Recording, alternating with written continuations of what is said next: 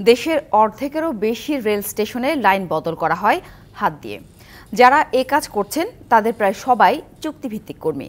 Analogue পদ্ধতিতে প্রশিক্ষণহীন লোক দিয়ে এমন গুরুত্বপূর্ণ কাজ করানো হচ্ছে, যার ফলে মুখোমুখি সংঘর্ষের ঝুঁকি থেকেই যায়। রেল খাতে প্রচুর প্রকল্প চলমান থাকলেও কেন হাত দিয়ে রেল লাইন পরিবর্তন করতে হয় সেই প্রশ্ন বিশেষজ্ঞদেরও।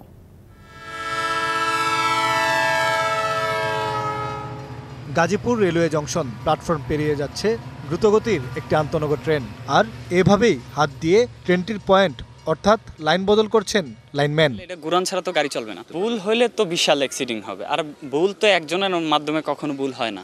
3 দিন আগে এই লাইন বদলের ভুলেই মুখোমুখি সংঘর্ষ হয় দুই ট্রেনের। এরপর দিন 4 মে সিরাজগঞ্জে একই লাইনে উঠে পড়ে আন্তদেশীয় মৈত্রী এক্সপ্রেস ও আন্তনগর ধূমকেতু এক্সপ্রেস। চালকদের দক্ষতায় অল্পের জন্য ঘটেনি দুর্ঘটনা। এর বিপরীত চিত্র আবার কুমিল্লার লাকসাম জংশনে।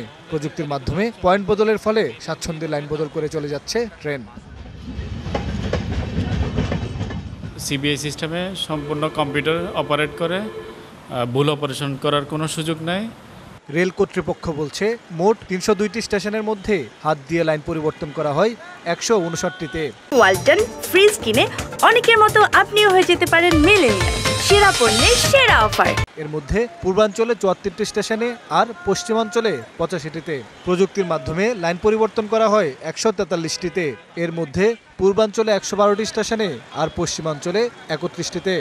নন ইন্টারলক হচ্ছে যেটা আমরা হাত দিয়ে পয়েন্ট বানাতে হয়, এটা হচ্ছে নন ইন্টারলক। কালার লাইট সিগন্যালিং ব্যবস্থা হচ্ছে 85টা স্টেশন। বিশেষজ্ঞরা বলছেন অহেতুক প্রকল্পে টাকা অপচয়ে ব্যস্ত রেল, জরুরি বিষয়ে নজর নেই।